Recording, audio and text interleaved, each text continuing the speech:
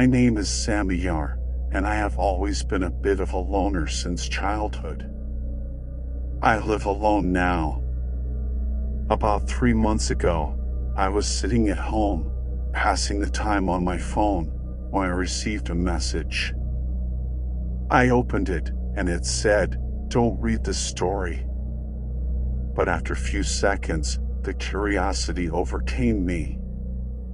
It was an app that provided lots of stories, and I thought the warning was just a marketing trick.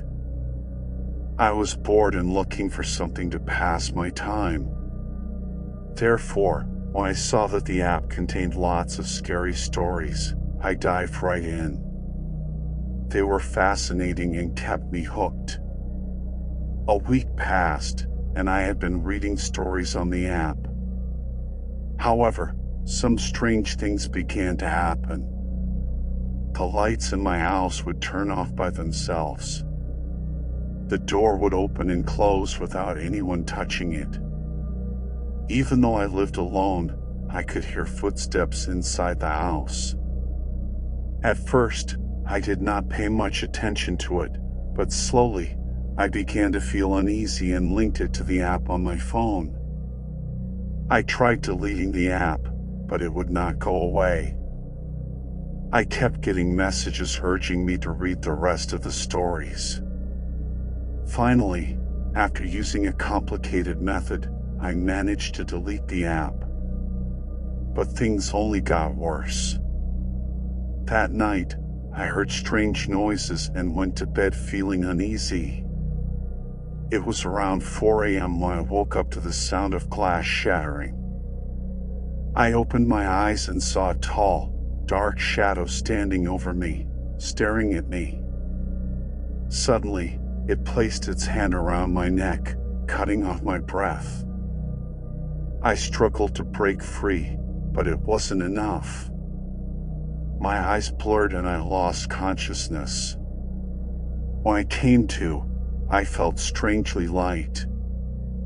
I looked around and saw broken glass everywhere, but there was no sign of that entity. I jumped as my phone buzzed, and when I looked at the screen, it was this message: "Read the rest of the story."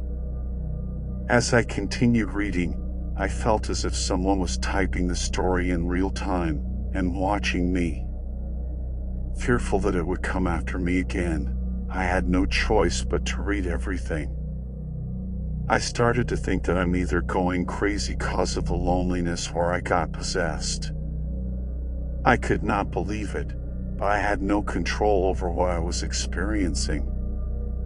I felt hungry and decided to wash the dishes and cook something to eat. As I reached out to grab a plate, my hand went right through it, and I could not pick it up. Panic washed over me. I said to myself, "God, I'm going insane." I went back to my room to lie down, but then I froze. I saw myself lying on the floor, and terror gripped me. My hair stood on end, and my heart raced. It felt as if something was pulling me toward my own body. My vision went dark, and I blacked out. When I woke up the next morning, I was back in bed. I knew it was not a dream, but I didn't know how to explain it. A strange fear had taken hold of me. I contacted someone I knew, who was skilled in exorcism, and begged him to come to my house and help me get rid of whatever was haunting me. At first, he told me he is too busy, but after hearing the terror in my voice, he agreed to come the next evening. When he arrived, I greeted him, but he did not respond. He had a bag with him and pulled out some strange items, which he laid on the floor. A few moments later, I felt my body burning up, as if I were on fire. Unable to stay in the room, I left. When I returned, he was gone, and I had not even noticed his leaving. The only thing left was a note that read, "I did my best, but I found no signs of any supernatural beings." I've left some items for you. If the events happen again, follow the instructions I left you." I looked at the items and, as soon as I touched them, I felt a searing pain in my hand, like burning coals. I figured I must be allergic to them. The next day, my landlord came and replaced all the broken windows. He did not say a word to me, which struck me as odd. He had entered my house without permission, and even though he was doing me a favor, I was angry. I said, "What do you think you are doing, just walking in like that? You could have knocked or given me a heads up." But he ignored me completely. It was evening, and the sky was growing dark. The power had gone out, and no matter how hard I tried, I could not get a light to turn on. I went to the table and lit one of the candles. Suddenly, my landlord, as if terrified, turned around, blew out the candle, and quickly left the house without saying a word. I thought to myself, that is strange.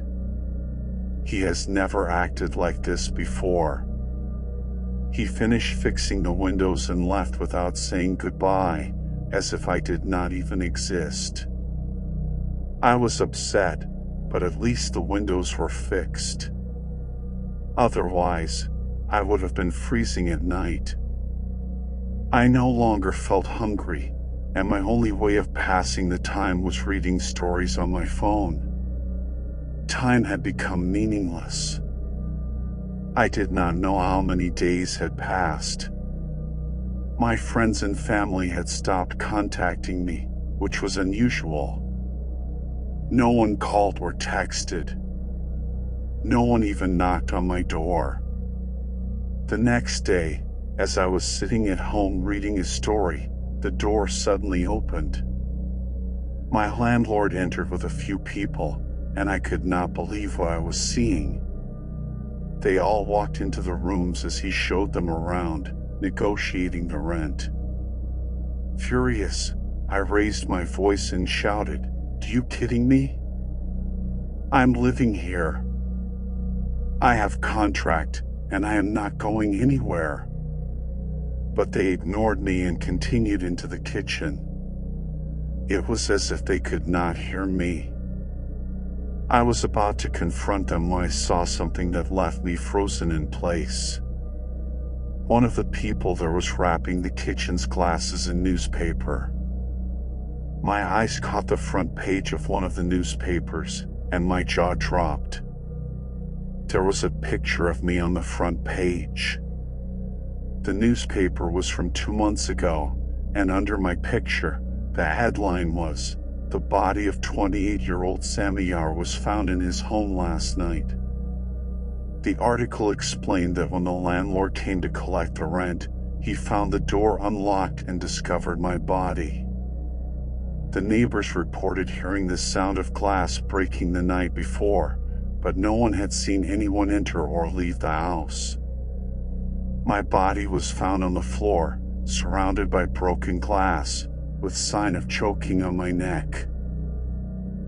Just imagine. You living your life normally and then reading about your own death in a newspaper. But I'm not dead.